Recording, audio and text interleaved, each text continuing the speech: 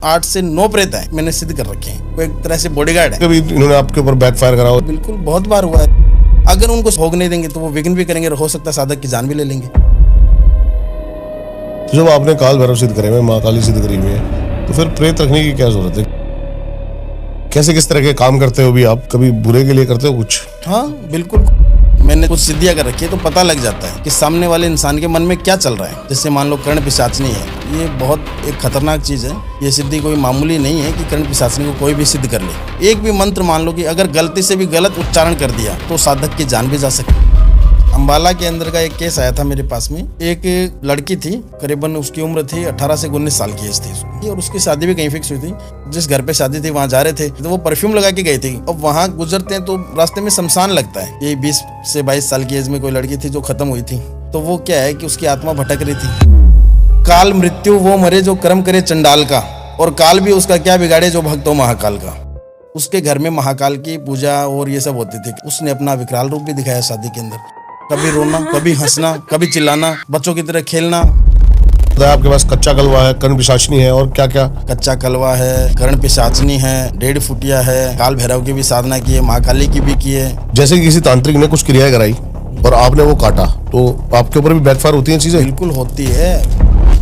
इतना पावरफुल काम होता है कि जिसकी कोई सीमा नहीं है, और मेरे पे तो हुआ भी है एक बार। आज भी मेरे यहाँ जय श्री महाकाल। जय श्री महाकाल। आदेश आदेश आदेश।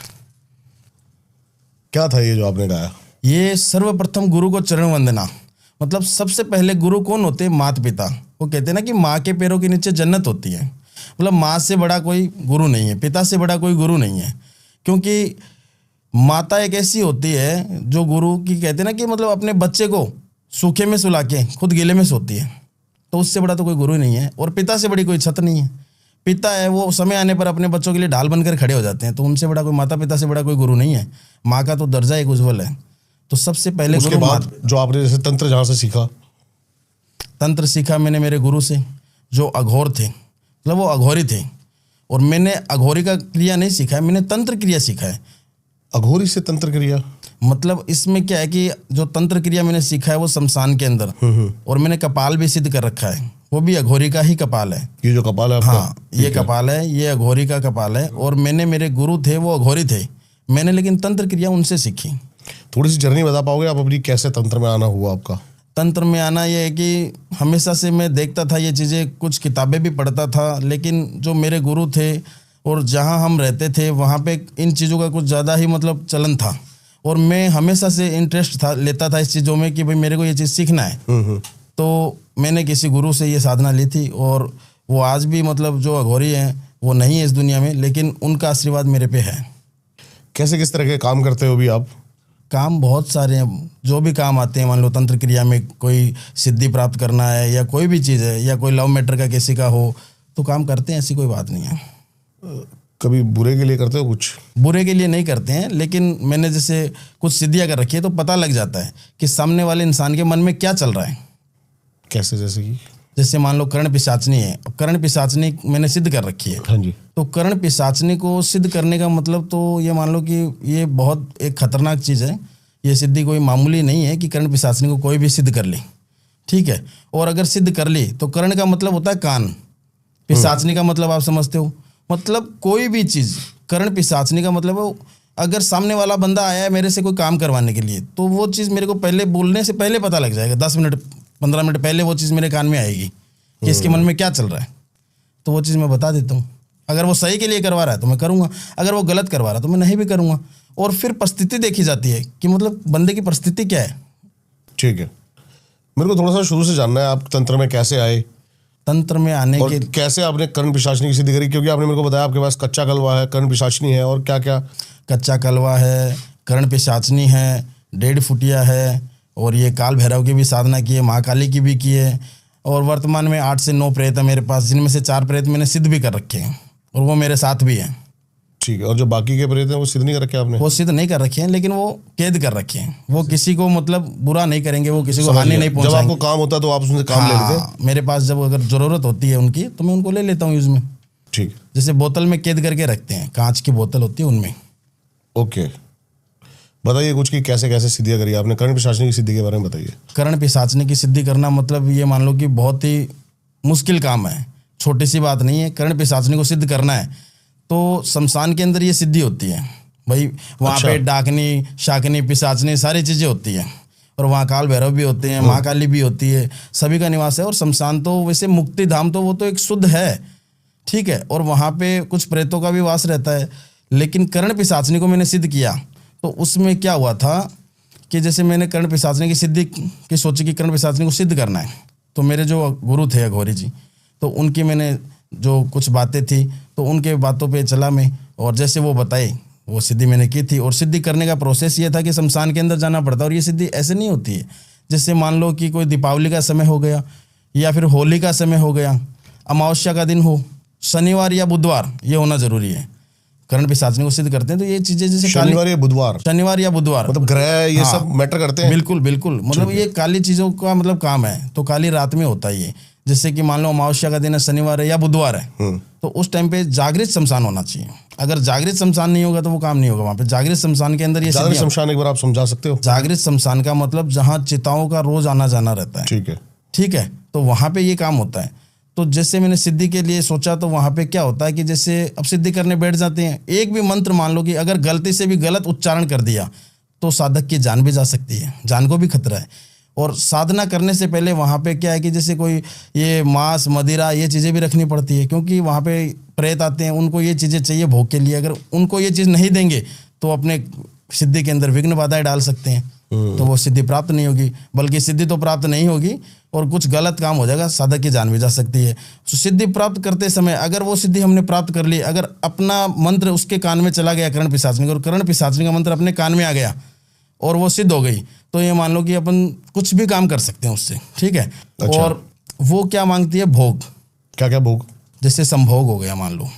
अब कर्ण पिशाचनी है, वो एक ऐसा मतलब भैरूपिया है उसका कि वो एक पत्नी के रूप में भी आ सकती है, वो एक माँ के रूप में भी आ सकती है, वो एक बहन के रूप में भी आ सकती है। ये कौन चूज करेगा, साधक या कर्ण पिशाचनी? कर्ण पिशाचनी करेगी, लेकिन ज्यादातर वो आती है पत्नी के रूप में, वो संभोग मांगती है और संभोग करना पड़ता है। अगर उसके साथ संभोग कर लिया और उसको संतुष्ट कर दिए और वो संतुष्ट हो गई तो ये मान लो कि जो हम चाहेंगे वैसे वो करेगी। और अगर वो साधक से संतुष्ट नहीं हुई या काम नहीं हुआ और वो सिद्धि विफल नहीं हुई, मतलब असफल हो गई, समझ गया, तो वो ये मान लो कि साधक की जान भी ले सकती है। कर्ण पिशाचनी ऐसी खतरनाक मतलब चीज़ है। कर्ण पिशाचनी वो एक मतलब औरत है कि वो 3 वचन भी मांगती है, उसको सिद्ध करते हैं ना। कैसे वचन?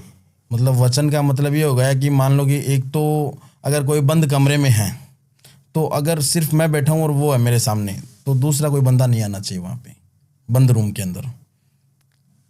ये पहला वचन है उसका। अगर दिख भी गया किसी को तो मतलब हो सकता है औरत हो चाहे पुरुष, कोई नहीं आना चाहिए। हो, अगर दिख गया तो साधक की तो जान जाएगी, उसकी भी जाएगी, देखने वाले की भी।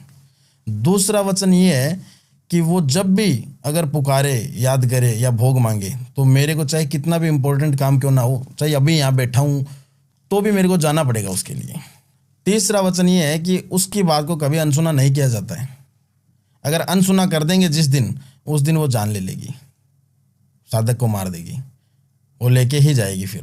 तो ये 3 वचन है, इसमें 3 वचनों के अंदर बंधना ही पड़ता है। संभोग की क्या प्रक्रिया है, मेरे को डिटेल में बताओ पूरी आप। संभोग का मतलब, क्योंकि शारीरिक रूप से तो मेरे हिसाब से इम्पॉसिबल है करना। मतलब शारीरिक रूप का मतलब ये थोड़ी है कि सीधा ही मतलब जो शारीरिक रूप होता है, मतलब साधना जो सिद्धि होती है उसी के अंदर ही सारी चीजें होती है। शारीरिक जो होता है, जो संतुष्ट होना या उसके साथ संभोग करना, वो साधना के अंदर, सिद्धि के अंदर ही होता है। बताइए थोड़ा सा उसके बारे में, कैसे प्रोसेस क्या है? प्रोसेस जो हम सिद्धि करते हैं उस टाइम पे आपको बताया था ना कि अगर वो सिद्ध हो गई तो मतलब उससे रोकने वाला कोई भी काम करवा सकते हैं, मतलब वो काम रुक नहीं पाएगा, जैसे भी जो भी करेंगे, ठीक है। कर्ण पिशाचनी का मतलब वही है, वो कान के अंदर अगर अपना मंत्र उसके चला गया या उसका मंत्र अपने कान में आ गया तो वो सिद्ध हो गई। तो आपको क्या होता है, जैसे कि कोई आवाज आती है? आवाज भी आती है और सिद्ध करते हैं उस टाइम पे। मान लो कर्ण पिशाचनी तो सिद्ध करते ही करते हैं, और भी कई प्रेत बाधाएं हैं वो भी परेशान करते हैं, डिस्टर्ब करते हैं, खंडित भी कराने की कोशिश करते हैं। मतलब खंडित का मतलब वो चाहते हैं कि सिद्ध ना करें, तो वो कान में बात करती है आपके? कान में बात करती है भाई। कर्ण पिशाचनी, कर्ण पिशाचनी का मतलब, कर्ण का मतलब कान, और पिशाचनी तो आपको पता ही है। कान के अंदर वो जो भी बात है, बंदे के मन में क्या चल रहा है, वो पहले मेरे को आ जाएगी। उसको ही करण पिशाचनी बोलते तो हैं। आपको आवाज सुनाई देती है बिल्कुल क्लियर उसमें, हाँ बिल्कुल आवाज सुनाई या देती दिखाई भी देती है फिर सिद्ध है, होने के दिखाई भी बाद? देती है, सिद्ध होने के बाद में आवाज भी सुनाई देती है। कई साधक बताते हैं बहुत खूबसूरत होती है, हाँ ऐसा कुछ? बिल्कुल खूबसूरत भी होती है। वो बताया ना कि एक बहरूपिया होता है, मतलब बहरूपिया वो कोई भी रूप ले सकती है ठीक है। और वो बहुत अति सुंदर होती है। तो ये आपके पास जो केसेस आते हैं कैसे मदद करती है आपकी उन केसों में? उन केसों के अंदर देखा जाता है कि किस बंदे का क्या केस है, या वो किस पर्पज से काम करवा रहा है। वो कोई अपने लालच के लिए किसी के मतलब ऊपर करवा रहा है, या कोई रियल में वो मतलब परेशान है, दुखी है, तो वो चीज़ मैं उससे पता लगाता हूँ कर्ण पिशाचनी से। ठीक, कोई केस हो जिसको आपने इससे सॉल्व करा हो कर्ण पिशाचनी के जरिए? बिल्कुल किया है मैंने, कर्ण पिशाचनी के जरिए किया है। छत्तीसगढ़ का ही केस था, प्रॉपरली नाम तो शो नहीं करूँगा मैं। छत्तीसगढ़ के अंदर रायपुर का है, ठीक है। और केस था लव मैटर का था। और उसमें क्या था कि जैसे लड़का और लड़की एक दूसरे को बहुत प्यार करते थे, दिलो जान से चाहते थे एक दूसरे को, लेकिन मजबूरन क्या है कि लड़की के घर वाले एग्री नहीं थे। लड़के के घर वाले तो एग्री हो गए थे वैसे ही, लेकिन लड़के के घर वाले एग्री नहीं थे। जो उसके माता पिता है, तो माँ तो पता है कि भाई माता पिता तो गुरु है। कोई भी बच्चा गलत काम करेगा तो माता पिता को, माँ को एक पता रहेगा, पिता को क्या पता है या नहीं है, लेकिन माता को जरूर पता रहेगा कि मेरा बच्चा कैसा। वो कहते हैं ना कि पूत का पग तो पालने में पता लग जाता है कैसा है, लेकिन फिर भी वो बोलती नहीं है। लेकिन पिता है तो वो ये सोचता है कि भाई एक इज्जत, एक समाज के अंदर अपना मतलब जो भी है, तो उस वजह से वो नहीं चाह रहा था कि भाई ये शादी हो। अदर कास्ट का मैटर था, तो काफ़ी विवाद भी हुआ, झगड़ा भी हुआ। फिर क्या है कि जो बच्चा था ना, उसका कोई मेरे से कांटेक्ट हुआ, तो वो दोनों मेरे से बात भी करी कि घर वालों को एग्री करना है, घर वालों को मनाना है, शादी के लिए मान जाए। तो मैंने पहले देखा उनका मैटर की मैटर क्या है कि कोई ज़बरदस्ती तो कोई चीज़ नहीं हो रही है, या बंदा तो गलत नहीं है, या लड़की तो गलत नहीं है। सही बात है। लेकिन दोनों एक दूसरे को दिलो जान से प्यार करते थे। मतलब ऐसा प्यार था कि जैसे कहते हैं ना कि बगैर पानी की मछली तड़पती है, वैसे एक दूसरे के लिए तड़फ रहे थे। और वो लड़का वो अच्छे घर से बिलोंग करता था, मतलब वो नहीं चाहता, वो चाहता तो उसको भगा के भी लेके जा सकता था, लेकिन वो चाहता था कि मेरे घर की इज्जत और उनके घर की इज्जत एक है। भाई अगर गलत कदम उठाएंगे तो अपने घर में, परिवार में क्या, समाज में मुंह दिखाएंगे, या क्या रेपुटेशन है अपनी, तो वो खराब होगी। इमेज का भी एक रहता है ना। और वो अच्छे घर से बिलोंग करने वाला लड़का था। वो मेरे को स्पष्ट बोला कि मैं गुरुजी गलत नहीं चाहता हूँ, गलत चाहूँ तो मैं कर सकता हूँ ऐसा, लेकिन मैं चाहता हूँ कि वो एग्री हो, उसके पिताजी एग्री हो, और वो खुद खुशी से इसको लव मैरिज को अरेंज मैरिज में बदले, वैसा चाहता हूँ। लेकिन पिताजी एग्री नहीं है लड़की के। तो फिर मैंने काम किया था, तो आज शादी भी हो गई, घर वाले भी एग्री हैं, खुश हैं, अभी खुश है। हाँ। तो मैंने वो काम किया था। तो उसमें क्या हुआ कि जो लड़की के जो पिताजी थे, वो खुद मतलब उन्होंने, लड़की ने मतलब बता दिया कि भाई वहाँ पे हमने कुछ काम करवाया, पता लग गया घर वालों को भी। तो उसके जो पिताजी थे, तो वो खुद मेरे से कांटेक्ट करी, और कांटेक्ट होने के बाद में उन्होंने बोला कि भाई इन दोनों को अलग कर दो आप। और वो भी काफ़ी परेशान थे, और अच्छे खासे थे, बिजनेसमैन भी थे, समाज में, परिवार में अच्छी रेपुटेशन थी। लेकिन वो कहते हैं ना कि बच्चों की हट के आगे झुकना भी पड़ता है कहीं ना कहीं, लेकिन वो नहीं चाहते थे कि इस लड़के से हो, वो कहीं और चाहते थे। तो उस टाइम पे क्या हुआ कि फिर उन्होंने बोला कि अलग करो। तो मैंने देखा कि इनके मन की जो भावना क्या है, मतलब लड़का लड़की तो एक दूसरे से दिलो जान से प्यार प्रेम करते हैं, लेकिन पिताजी अलग क्यों कर रहे हैं। अब पिताजी की तो सोच वहाँ थी कि भाई समाज में क्या होगा, लेकिन 1% अगर कुछ गलत हो जाए, मान लो कि अगर नहीं हुआ तो वैसे भी वो भगा के लेके जाएगा, तो भी तो मतलब वो रेपुटेशन खराब होती ना।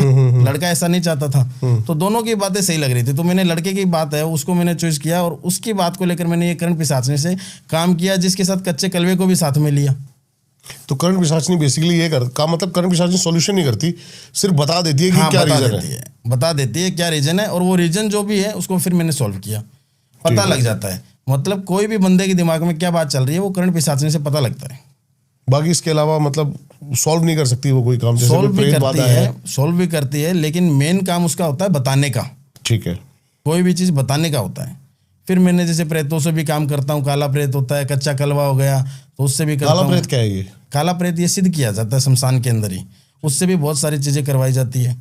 अभी मैंने वर्तमान में एक गुड़िया भी सिद्ध की थी। गुड़िया उसकी आत्मा को भी आह्वान किया, उसको बुलाया। ये तो क्या हुआ कि जैसे मैं शमशान के अंदर क्रियाएं करता हूँ, हाँ, और उन क्रियाओं के अंदर जैसे मैं जाता हूँ तो वहाँ काम करता हूँ, तो काफ़ी भूत प्रेत और ये बाधाएं डालने की भी कोशिश करते हैं। लेकिन मैं शमशान में जैसे काम करने जाता हूँ ना, काफ़ी लोगों के काम है, काफ़ी कैसे जाते हैं तो उनको भी सोल्व करना पड़ता है, तो कुछ शमशानी क्रिया होती है तो वहाँ भी करना पड़ता है। तो उसमें क्या हुआ कि कोई गुड़िया थी, करीबन 8 से 9 साल की बच्ची थी, और वो बच्ची कोई एक्सीडेंट में उसकी मृत्यु हो गई रोड पे, ठीक है, सड़क पे मतलब। तो वो क्या है कि शमशान से जैसे मैं गुजरता था, तो जो भी क्रिया करता हूँ तो उसकी आवाज़ आना, कभी रोना, कभी हंसना, कभी चिल्लाना, बच्चों की तरह खेलना, हट करना, ऐसी ऐसी आवाज़ें आती थी। और मैं जैसे काम करता था तो मेरे को पता लगता कि ये हो क्या रहा है। मैं डिस्टर्ब होता था, विघ्न आता था मेरे क्रिया के अंदर। तो मैंने करण पिशाचनी से पता लगाया कि मतलब ये क्या है। तब मेरे को पता लगा कि कोई गुड़िया है और वो काफ़ी परेशान है। बच्ची, अब बच्चों तो वो कहते हैं ना कि मतलब बाल मनोहर जो बच्चे होते हैं, मान लो छोटे बच्चे होते हैं, उनका मन रहता है कि मैं भी बच्चों के साथ खेलूँ, हाँ, सही बात है, हाँ। लेकिन उस समय में उसकी मृत्यु हो गई। तो उस वजह से उसकी आत्मा थी, वो भटकती थी, कभी कहीं कभी कहीं, काफ़ी लोगों को परेशान भी करती थी। घरों में जैसे कभी किसी की लाइटें बंद है तो लाइटें ऑन कर देना, पंखा बंद है तो उसको चला देना, चल रहा है तो उसको बंद कर देना। ऐसे बच्चे तो बच्चों वाली हरकतें कर रही थी, तो काफ़ी लोग परेशान भी थे उस चीज़ से। तो मेरे को पता लगा, तो मैंने उस चीज़ को सिद्ध किया गुड़िया को। उस गुड़िया को सिद्ध करके एक कपड़े की डोल भी बनाई मैंने, उसके अंदर उसकी आत्मा का आह्वान किया। वो कहते हैं ना कि शरीर मर जाता है, शरीर जल जाता है, आत्मा नहीं जलती है, आत्मा जिंदा ही रहेगी। तो उसकी आत्मा का आह्वान किया। तो उससे भी काफ़ी काम करवाता हूँ। कच्चा कलवा सिद्ध कर रखा है तो कच्चे कलवे से भी करवाता हूँ। कच्चा कलवा क्या क्या काम करता है आपके लिए? कच्चा कलवा बहुत से काम करता है। और ये मान लो कि जैसे जो बच्चे होते हैं ना, छोटे बच्चे, 8 से 9 साल की एज के अंदर कोई ख़त्म हो गया, या 4 से 5 साल की एज में ख़त्म हो गया, या 2 साल की एज में ख़त्म हो गया, उनको कच्चा कलवा बोलते हैं। अब कच्चा कलवा कब होता है? वो जब उनको सिद्ध करते हैं। सिद्ध करने का इसमें प्रोसेस होता है शमशान के अंदर। शमशान के अंदर शमशानी क्रिया से ये काम होता है। अब जैसे मान लो कि कोई बच्चा है वो ख़त्म हो गया, अगर लड़की है तो उसमें लाल कपड़ा होगा, और लड़का है जेंट्स में तो सफ़ेद कपड़ा होता है। ठीक है। और उसको क्या है कि शमशान के अंदर, जैसे मुस्लिम धर्म में तो बोलते हैं दफनाना, और हमारे यहाँ हिंदू जलाते धर्म हैं। में बोलते हैं अपने गाड़ना। तो बच्चे को शमशान में जैसे गाड़ देते हैं, तो उसकी एक क्रिया होती है, एक प्रोसेस होता है। जैसे 45 दिन का प्रोसेस होता है इसमें, कि 45 दिन पहले उसको सिद्ध नहीं कर सकते हैं। तो उसमें क्या होता है कि कच्चे कलवे को सिद्ध करना है। तो जैसे कोई किसी ने भी गाड़ा है बच्चे को और उसको सिद्ध करना है, जो महापुरुष होगा, जो सिद्ध करने वाला होगा, तंत्र क्रिया का माहिर होगा, जैसे मैंने कर रखा है, तो उसमें क्या होता है कि हम देख लेते हैं, क्रियाएं करते हैं हम, तो शमशान में पता लग जाता है कि भाई आज ताज़ा गड्ढा कहाँ खुदा हुआ है, या क्या कुछ चीज़ हुई है या नहीं हुई है, तो वो पता लग जाता है। तो वहाँ पे क्या करते हैं हम, छोटा त्रिशूल होता है हमारे पास लोहे का, वो वहाँ पे लगा देते हैं, और उससे 45 दिन का हम वेट करते हैं कि 45 दिन पूरे हो जाएं। जैसे 45 दिन पूरे होते हैं तो उसमें हम क्या करते हैं कि शमशान के अंदर जाते हैं। अब बच्चा है वो तो बच्चों वाली चीज़ें भी लेनी पड़ती है बच्चे के लिए। तो जैसे मान लो कि चावल हो गई कच्चे कलवे के लिए, ठीक है, दूध हो गया, बिस्किट हो गई, चॉकलेट हो गई, ये चीज़ें लेनी पड़ती है। और 4 दिशाओं का करना पड़ता है बंधन। अगर 4 दिशाओं का बंधन नहीं करेंगे और ऐसे ही उस कच्चे कलवे को सिद्ध करेंगे तो और कोई प्रेत बाधा वहाँ पे है ना, वो साधक को मार देगी। तो 4 दिशाओं का बंधन करके मतलब बैठना अपना पड़ता है। जो सुरक्षा घेरा बनाना सुरक्षा पड़ता है। कवच बोलते हैं इसको, वो बना के बैठना पड़ता है। और उसमें बच्चों वाली जो चीज़ें मैंने बताई आपको, वो चीज़ लेनी पड़ती है। प्लस इसके अंदर क्या होता है कि सिद्ध करने के लिए ये जो दूध, चावल, बिस्किट, चॉकलेट, ये चीज़ें तो बता दी मैंने आपको, लेकिन साथ में मदिरा और मांस लेके जाना पड़ता है।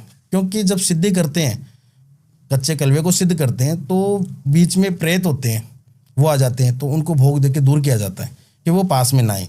अब कच्चे कलवे को सिद्ध कैसे करते हैं वो और बताता हूँ आपको। जैसे 4 दिशाओं का बंधन किया, भोग रखा। अब भोग कैसे बनाते हैं, वो शमशान में बनता है भोग भी। भोग बनेगा जैसे जो मुर्दा होता है, शव जलता है, शव जलने के बाद में फूल उठा लेते हैं ना, उसके फूल बोलते हैं, हड्डियाँ जो होती हैं। उसके बाद में उसका 3 दिन का जो घड़ा भरते हैं, उस पर वो हांडी रखते हैं, हांडी के ऊपर उसका भोग बना के रखते हैं। वो हांडी लेनी पड़ती है, और हांडी के ऊपर का जो कटोरा होता है उसके अंदर भोग रखकर उसको आह्वान किया जाता है, मतलब उसकी आत्मा का आह्वान करते हैं। और मंत्रों का उच्चारण होता है। जब मंत्रों का 4 दिशाओं के अंदर बैठकर हम बंधन के अंदर और उच्चारण करते हैं, उस टाइम पे क्या होता है कि जैसे उसका जो शरीर है वो तो पूरा मतलब जैसे अंदर रहता है, तो उसको उच्चारण से मंत्रों से निकालते हैं, नहीं कि गड्ढा खोद के निकाला है। ठीक है। तो उसमें 45 दिन का समय क्यों लेते हैं कि उसका जो मांस होता है ना, वो पूरा गल जाता है। उसका रहता है सिर्फ कंकाल, ढांचा जिसको बोलते हैं। समझ गया। उस ढांचे के अंदर हम क्या करते हैं कि जैसे रुई हो गई, रुई और जो ये नहीं होते जो सरप रखते हैं, कानबेलिया जिसको बोलते हैं, समझ गया। हाँ। तो वो सरप के क्या है कि जो कांचली बोलते हैं, वो कांचली, सांप की केचली, सांप की केचली, वो केचली और रुई इनकी बत्ती बनाते हैं। बत्ती बनाकर एक दीपक जलाते हैं सरसों के तेल का। वो दीपक वहां रखा जाता है त्रिशूल के पास में। उस ढांचे को सिद्ध करना है, और उस ढांचे के अंदर उस बच्चे की आत्मा का आह्वान करते हैं। ठीक है। मंत्रों के जरिए उच्चारण करके, और आह्वान करके उसको बुलाया जाता है, फिर उसको भोग भी दिया जाता है, फिर उसको सिद्ध भी किया जाता है। और अगर कच्चा कलवा सिद्ध हो गया तो ये मान लो कि जैसे हम कहेंगे वैसे वो करेगा। अगर हम कह देंगे मिठाई लेके आ तो वो मिठाई भी लेके आएगा, अगर हम कह देंगे पैसे लेके आ तो पैसे भी लेके आएगा। वो एक बेटा बन जाए, मैं तो बेटा बना रखा हूँ उसको, सेवक की तरह रहता है, वो दास बन जाता है। ठीक है। 1% अगर कोई गलती से गलत उच्चारण हो गया तो वो जान भी ले सकता है, मार देता है। बिल्कुल मार देता है। कच्चा कलवा ऐसी कोई मामूली चीज़ नहीं है, वो भी बहुत खतरनाक चीज़ है। लिलीपुट और कच्चे कलवे में कितना फर्क है? दोनों सेम ही है, प्रोसेस भी सेम है। लेकिन लिलीपुट का कहते हैं कि ये तो जंगलों में, आपके उत्तराखंड के जंगलों में और धरती से पताल का निवासी है, वो वहां से निकलता है। उसको 1.5 फुटिया भी बोलते हैं। 1.5 फुटिया। 1.5 फुटिया बोलते हैं। ये वैसे जिनका बच्चा होता है, जिनका बच्चा, जिनका ही बच्चा होता है, तो इसको भी सिद्ध करते हैं। दोनों सेम है, दोनों एक बच्चे का ही रूप है, मतलब काम सेम करते हैं, सेम काम करते हैं। जो आपने काला प्रेत बताया, ये क्या है? काला प्रेत जो मतलब बोलते हैं ना कि दुष्ट प्रेत होता है, सबसे प्रेतों में खतरनाक बोलते हैं जिसको। बल्कि ये जितने प्रेत राज मान लो, दुष्ट प्रेत मान लो उसको, ठीक है, कुछ भी मान लो, तो वो एक ऐसा प्रेत होता है कि वो मतलब कुछ भी कर सकता है, साधक को भी मार देता है कई बार। उसका गुस्सा, उसका जो पावर वो बहुत ज्यादा होता है। बल्कि ये है सारे महाकाल के, वो बोलते हैं ना दास। भाई महाकाल की तो शादी के अंदर भी मान लो कि भूतों की बारात थी। हाँ सही बात है। तो महाकाल के जो सारे दास है ये। तो कैसे काला प्रेत सिद्ध होता है, उसके बारे में बताइए आप, क्यों मेरे को मजा आ रहा है सुनने में कि ये कैसे सिद्ध होते हैं। काला अच्छा, इसमें जो आपने मंत्र है, अगर कोई बंदा ये देख रहा है, क्या हमारी वीडियो देख के सिद्ध करने की कोशिश कर सकता है? नहीं करना चाहिए। अगर कोई वीडियो देखकर सिद्ध करना चाहता है या कोई मार्केट में 10, 20, 50 रुपए की बुक्स लेके पढ़कर अगर सिद्ध करना चाहता है कोई चीज को, तो नहीं करना चाहिए। कितना खतरनाक हो सकता है? बहुत खतरनाक हो सकता है, जान भी जा सकती है उसकी। एक बार ऐसा केस हुआ भी था मेरे से। एक लड़का था और वो लड़का था शायद अपने यहाँ अहमदाबाद की तरफ का, कांटेक्ट हो गया, मिलने भी आ गया। तो उस टाइम पे उसने बोला कि मेरे को सिद्धि प्राप्त करनी है। मैं बोला कि सिद्धि मैं तो प्राप्त नहीं करने दूंगा तेरे को। क्यों? मना कर दिया। बच्चा है, कहीं डर जाए, रात में शमशान में जो क्रियाएं करते हैं, कहीं एक मंत्र गलती से उच्चारण हो गया या गलत कर दिया तो बहुत बड़ी दिक्कत हो सकती है, उसकी जान भी जा सकती है। लेकिन उसके तो दिमाग में थी वो चीज़ कि मेरे को सिद्ध करना है। और वो भी क्या करना था पता है? कर्ण पिशाचनी को सिद्ध करना था, कि कर्ण पिशाचनी सिद्ध करूँगा। मैं मना कर दिया, लेकिन वो दिमाग में उसके तो वही चीज़ें चल रही थी कि करना है। तो काफ़ी मदिरा और ये मांस और मिठाइयाँ कुछ चीज़ें लेके शमशान में कहीं बैठ गया, किताबें वगैरह पढ़कर। ये केस मेरे पास आया भी था बाद में। तो वो बंदा पागल हो गया बुरी तरह से। घर गया था तो बेड पे सो रहा है, तो उसको कभी कोई प्रेत दिख रहा है, कभी कोई आत्मा दिख रही है, कभी घर वालों को बोल रहा है बेड हिल रहा है, घूम रहा है, ऐसी ऐसी बातें कर रहा था। दीवारों पे मतलब सर भिड़ा रहा है और नाखून ऐसे नोच रहा था कि अपने नाखून में खून तक निकाल लिया उसने। कपड़े की संतुलन नहीं है उसका। हाँ एकदम, वो बोलते हैं ना साइको जिसको बोलते हैं, वैसा हो गया। और इतना मतलब मेंटलिटी पागल हो गया वो कि कपड़े निवस्त्र होके बाहर निकल जाना, खंबे पे चढ़ जाना, मतलब ऐसे ऐसे गलत हरकतें करने लगा। लास्ट में उसकी जान चली गई। तो ऐसे काम भी होते हैं। तो किसी को ये सिद्धियां नहीं करनी चाहिए, खासकर बगैर गुरु के। वो कहते हैं ना कि गुरु बगैर घोर अंधेरा, गुरु बगैर मोक्ष नहीं और गुरु बगैर मुक्ति नहीं। कहते हैं ना कि गुरु गोविंद दोनों खड़े, काके लागू पाए, बलियारी गुरु आपने जो गोविंद दियो बताया। मतलब भगवान भी कहता है कि पहले गुरु के चरण स्पर्श कर। अगर गुरु के हम चरण स्पर्श नहीं कर रहे हैं तो फिर तो वो सिद्धि विफल, मतलब वो कर ही नहीं सकता कुछ। सही बात है। अब एकलव्य द्रोणाचार्य थे, हाँ जी, तो उनमें क्या हुआ था भाई? एकलव्य था वो मतलब उनको मानता था, लेकिन द्रोणाचार्य मतलब उनको एग्री नहीं किया। मिट्टी का द्रोणा बना के, मिट्टी का बना के, और उन्होंने मतलब धनुषधारी बना, लेकिन निसंकोच अंगूठा काटकर द्रोणाचार्य को दे दिया। वो एक उसकी भक्ति थी गुरु के प्रति। तो गुरु भी सबसे बड़ी चीज होती है। गुरु को समझने वाला समझ सकता है। गुरु नाम में शब्द दो होते हैं गुरु, लेकिन गुरु बहुत बड़ी चीज होती है मानने वाले के लिए। अगर नहीं माने तो कुछ भी नहीं है। कहते हैं ना कि बड़े बड़े मंदिरों में भगवान नहीं होते हैं। मतलब भगवान क्या कहते हैं कि अगर मेरा कोई सच्चा भक्त है और मुझे दिल से याद करना चाहता है तो 5 मिनट दिल से याद करें, मैं उसके शरीर में और रोम रोम में हो। कहते हैं ना कि भगत के वश में है भगवान। अगर बड़े बड़े मंदिरों में, गुरुद्वारों में, मस्जिदों में अगर भगवान होते तो फिर हम घरों में क्या करते? हम भी मंदिरों में रहते। सही कह रहे हैं आप। भगवान कहते हैं कि मेरा अगर कोई सच्चा भक्त है तो मुझे दिल से याद करो, मैं उसके रोम रोम में हूँ। आप भक्ति में ज्यादा मानते हैं, तंत्र में ज्यादा मानते हैं? मैं तंत्र और भक्ति दोनों को ही मानता हूँ, लेकिन तंत्र को ज्यादा मानता हूँ क्योंकि मैंने तंत्र क्रिया सीखी है, कर रखी है। और ये सब मेरे गुरु की बदौलत है। ये मैं मेरी तरफ से कुछ नहीं है, सब गुरु। जो लोग भक्ति करते हैं, जो बड़े भक्त हैं, उन पे तंत्र करना कितना मुश्किल है, आसान है? देखो, तंत्र करना कोई बड़ी चीज नहीं है। तंत्र हो सकता है, लेकिन तंत्र देखा जाता है कि किस पे करना है। गलत अगर कोई चीज कर रहे हैं तो मेरे हिसाब से मैं तो वो चीज करता ही नहीं हूँ। अगर किसी पे भी कोई गलत करवाना चाहता है तो वो तो मैं तो केस तो आते होंगे ऐसे? केस काफी आते हैं, बहुत आते हैं, लेकिन देखा जाता है कि किस पे क्या करना है, देख कर किया जाता है। ऐसे तो कोई भी कह देगा फिल्म स्टार हीरोइन है, किसी पे कह देगा कि इसको वश में करना है, ऐसे नहीं होता। वशीकरण भी क्या है कि कोई कांटेक्ट में हो या वो बंदा उसको चाहता हो तभी होता है। ऐसे कोई गलत फायदा भी निकाल ले तो उसका क्या मतलब हुआ फिर। जैसे कि किसी तांत्रिक ने कुछ क्रियाएं कराई और आपने वो काटा, तो आपके ऊपर भी बैकफायर होती हैं चीजें? बिल्कुल होती है, इतना पावरफुल काम होता है कि जिसकी कोई सीमा नहीं है, और मेरे पे तो हुआ भी है एक बार। बताइए बताइए।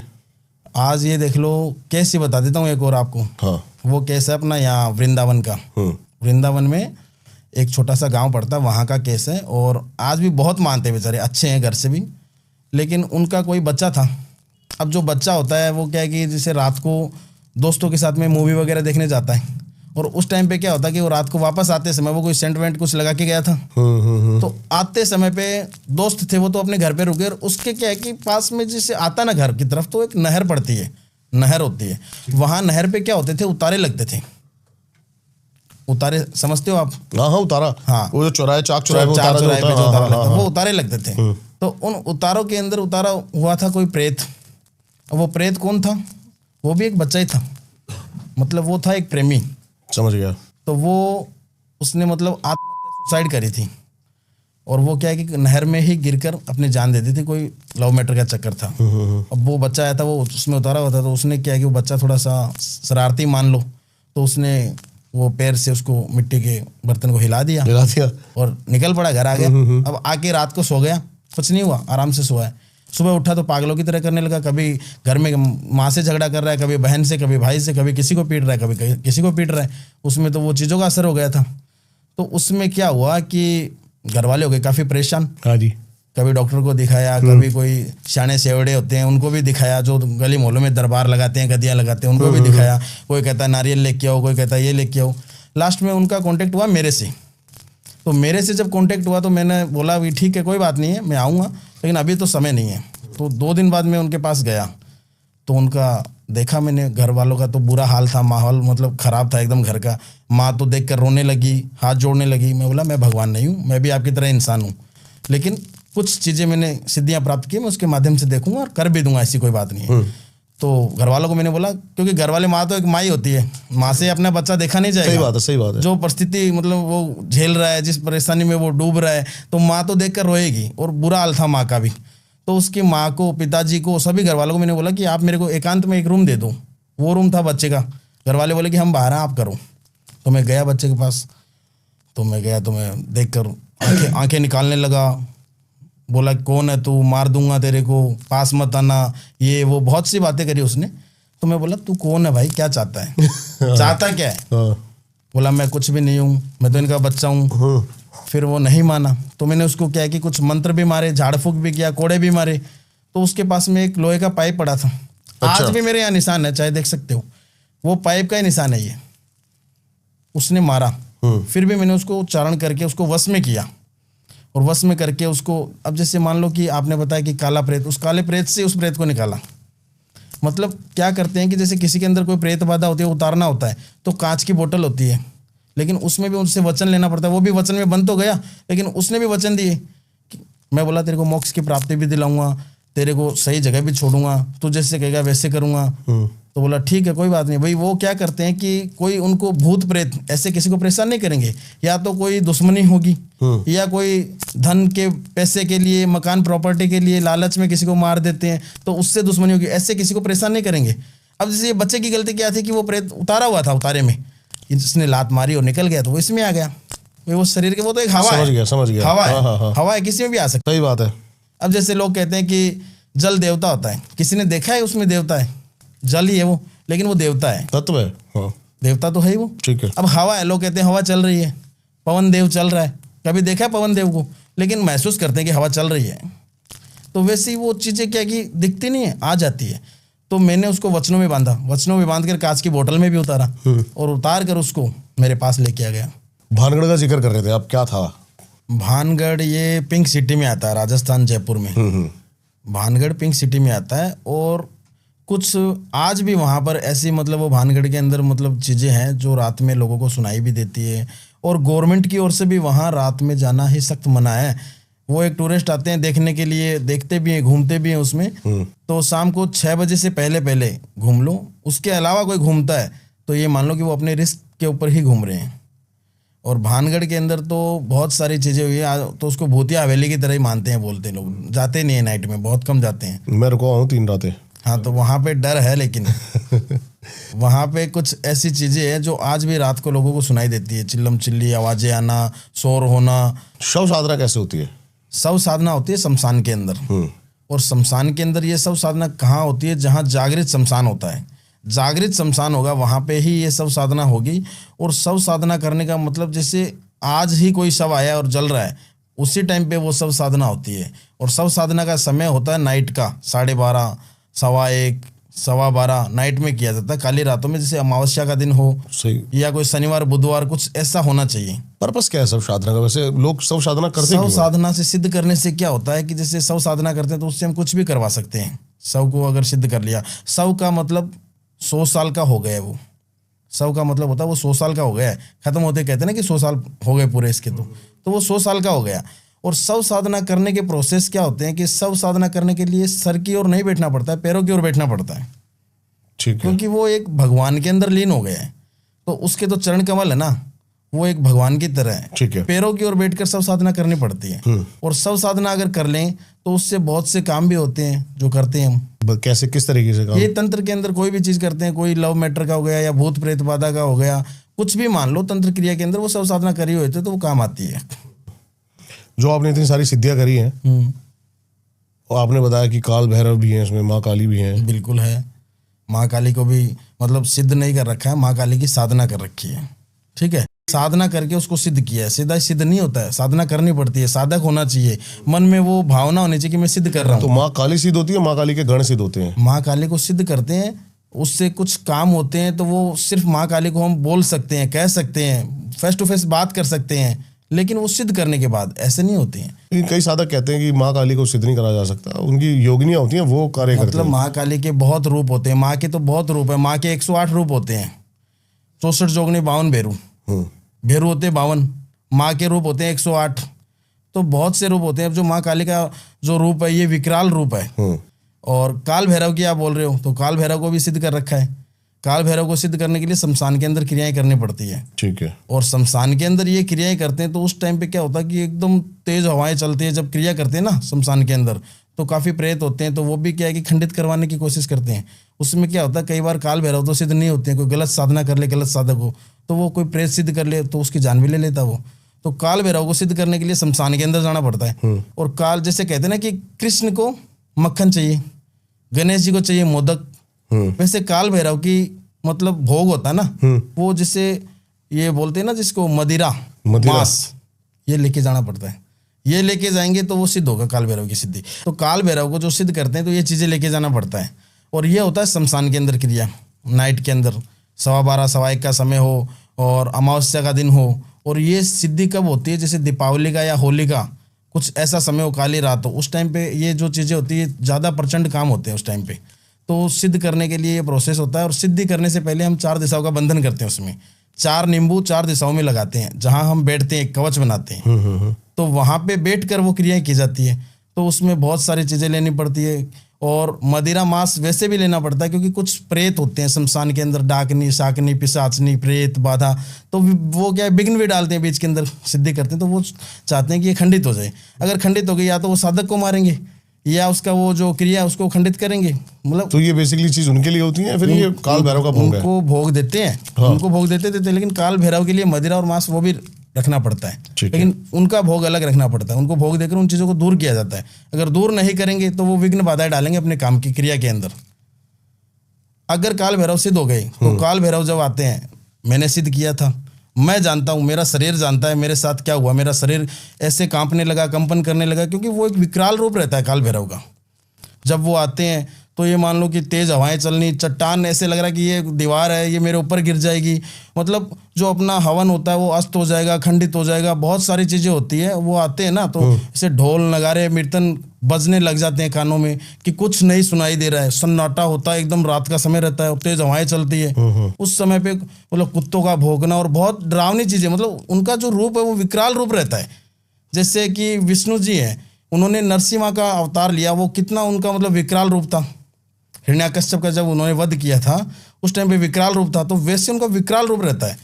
लेकिन वो जब आते हैं, अगर उनको सिद्ध करते हैं और वो अपनी साधना से खुश हो जाते हैं, तो वो जो हम चाहेंगे वैसे वो हमारा काम है वो सिद्ध करेंगे। और वो बोलते हैं क्यों मेरे को सिद्ध कर रहा है, तेरे को तेरे प्राणों की रक्षा नहीं है क्या, तेरे को डर नहीं लग रहा है क्या। बहुत सारी चीज़ें होती है। उस टाइम पे मैं खुद जानता हूँ कि मेरे शरीर के साथ क्या हुआ था। आज भी मेरे देख लो कि ये रूह कांटे खड़े हो रहे हैं, नाम भी ले रहा हूँ। तो जब आपने काल भैरव सिद्ध करे हुए, माँ काली सिद्ध करी हुई है, तो फिर प्रेत रखने की क्या जरूरत है? क्योंकि एक ही साथ मुझे नहीं लगता कि लोअर एंटिटी और हायर एंटिटी एक साथ ही। इसमें कारण है, जैसे मैंने सिद्ध तो काल भैरव की साधना सिद्धि की है, ठीक है, लेकिन प्रेतों को सिद्ध कैसे किया जाता है? क्योंकि हम शमशान में क्रिया करते हैं।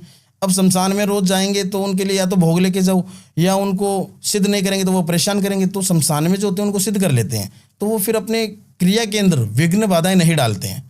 जो भी क्रिया करते हैं तो उसमें वो बीच में नहीं आते हैं। प्लस हम उसका भोग लेके चलते हैं तो वो भोग दे देते हैं, तो वो दूर हो जाते हैं। अगर उनको सिद्ध नहीं करेंगे, भोग नहीं देंगे, तो वो विघ्न भी करेंगे, हो सकता है साधक की जान भी ले लेंगे।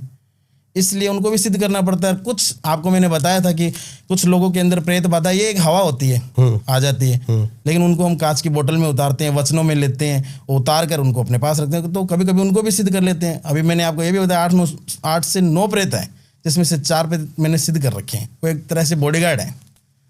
तो कभी ऐसा हुआ है कभी इन्होंने आपके ऊपर बैकफायर करा हो, या फिर कभी इन्होंने अटैक करने की कोशिश करी? बिल्कुल बिल्कुल, बहुत बार हुआ है। बताइए कोई एक किस्सा। लेकिन इसमें क्या है कि जैसे मेरे को तो पता लग जाता है।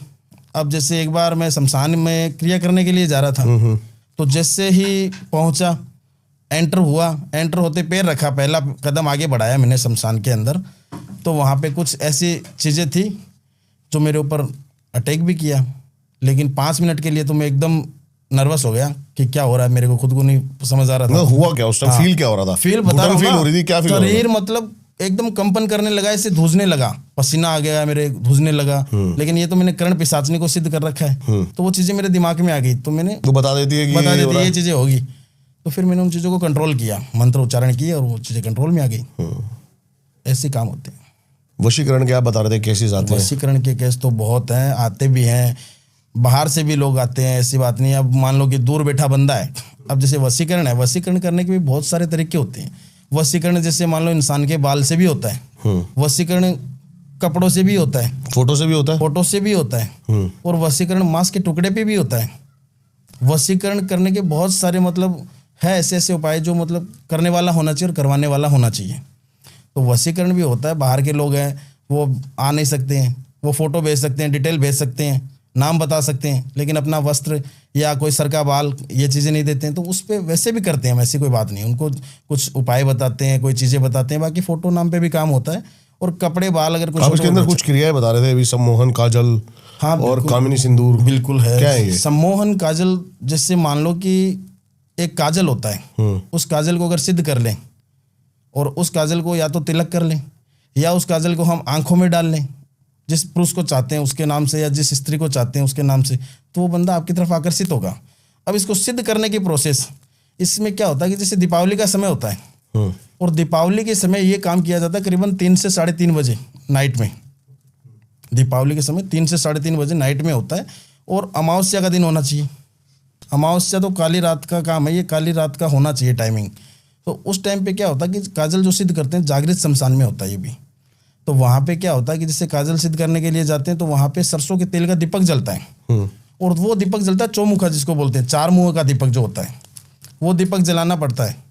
और वो दीपक जला के शमशान के अंदर कुछ मंत्रों का उच्चारण करते हैं, फिर उस काजल को सिद्ध किया जाता है। और वो अगर साधक के पास सिद्ध हो गया काजल, और वो काजल किसी को दे दे हम, और कोई किसी के नाम से लगा ले, तो वो बंदा उसकी तरफ आकर्षित हो जाएगा। इसमें क्या होता है कि जैसे दीपावली का समय हो, 3-3:30 बजे ये मतलब जो सम्मोहन काजल को सिद्ध करते हैं ना, तो शमशान में जाना पड़ता है। और अमावस्या का दिन हो, और वहाँ पे क्या होता है कि चौमुखा जो दीपक होता है उसमें 4 बत्ती लगती है, और उस दीपक को जलाया जाता है और जागृत शमशान के अंदर ये सम्मोहन काजल सिद्ध किया जाता है।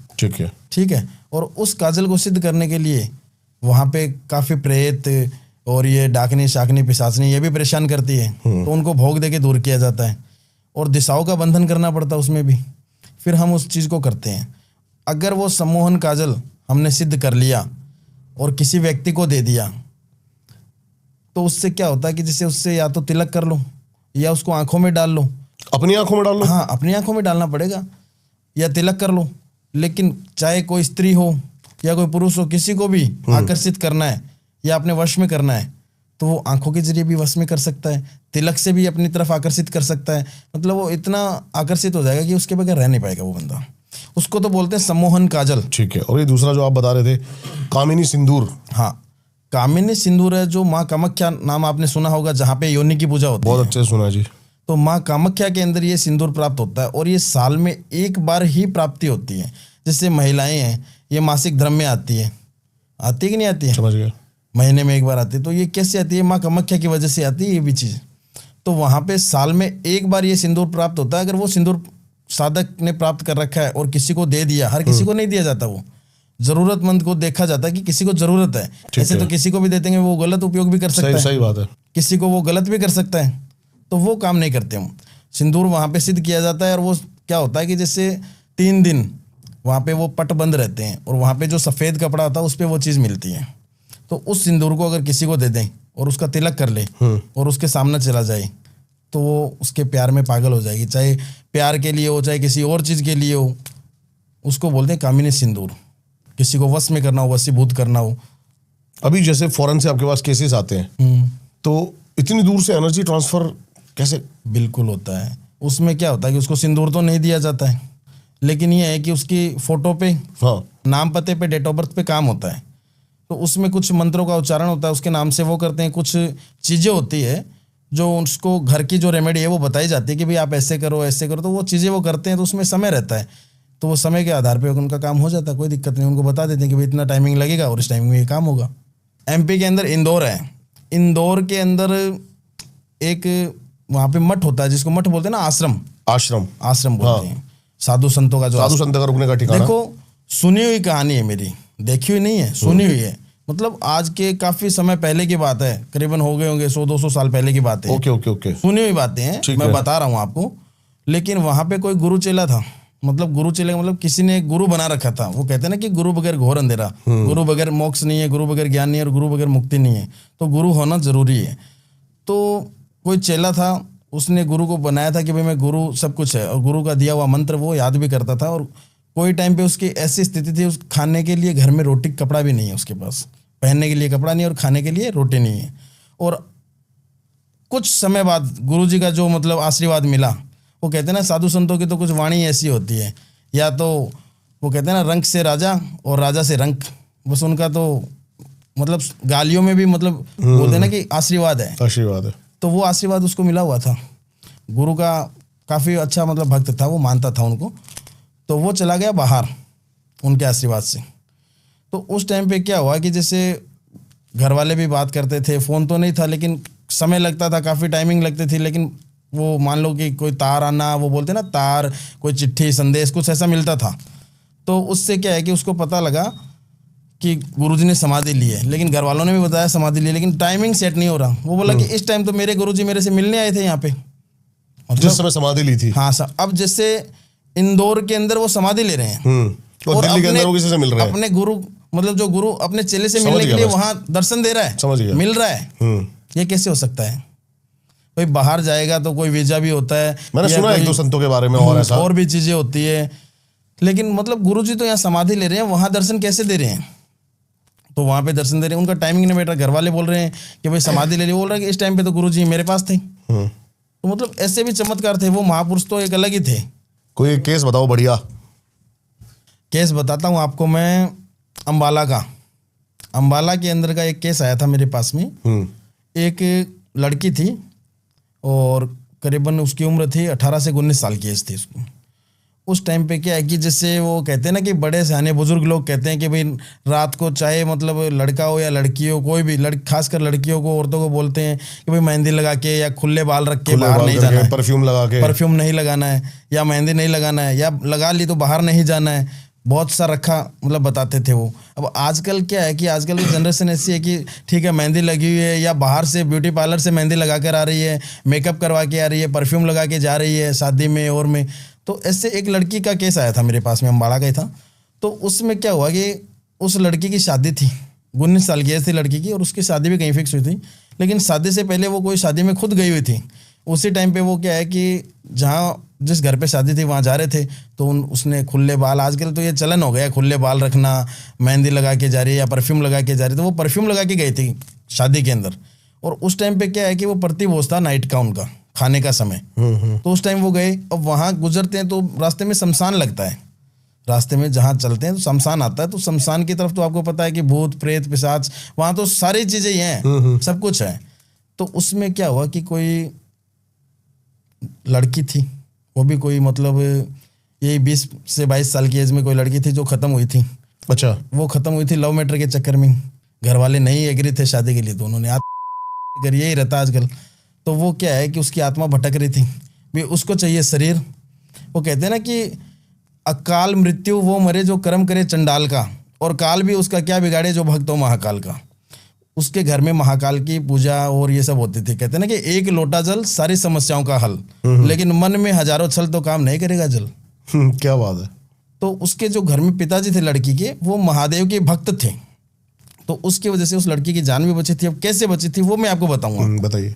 उसमें क्या हुआ कि लड़की के अंदर वो चीज़ जो प्रेत बाधा, जिसको फेट भी बोलते हैं, प्रेत भी बोल देते हैं, कुछ भी बोल देते हैं कि भाई फेट हो गई या जो भी हो गई, गाँव में फेट ही बोलते हैं कि भाई फेट फटकार हो गई।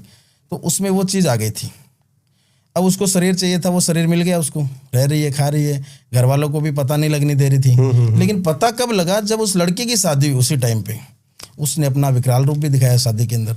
अब शादी के अंदर क्या हुआ कि जैसे बारात भी आ गई, सब कुछ आ गई, मेहंदी भी लग गई। भाई वो भी एक कुंवारी लड़की थी, उसकी भी एक ख्वाहिश थी, इच्छा थी कि भाई मेरी भी शादी होगी, मेरा भी राजकुमार आएगा घोड़े पे बैठकर, हर लड़की की इच्छा होती है। तो उसकी भी ये इच्छा थी, और वो कुंवारी थी, और वो इसी वजह से उसने अपने मतलब सुसाइड किया था।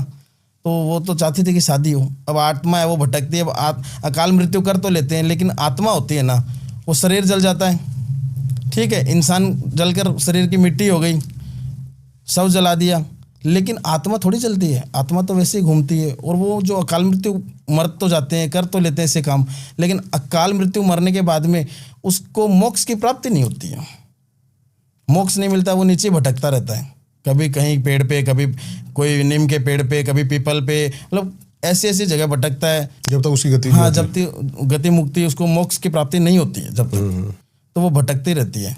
आत्मा ऐसी चीज़ होती है। अगर भगवान की बुलावे के अनुसार जाता है तो उसके लिए स्वर्ग के द्वार भी खुले रहते हैं, ठीक है, लेकिन वो वहाँ तक नहीं पहुँची, वापस वहीं घूम रही है।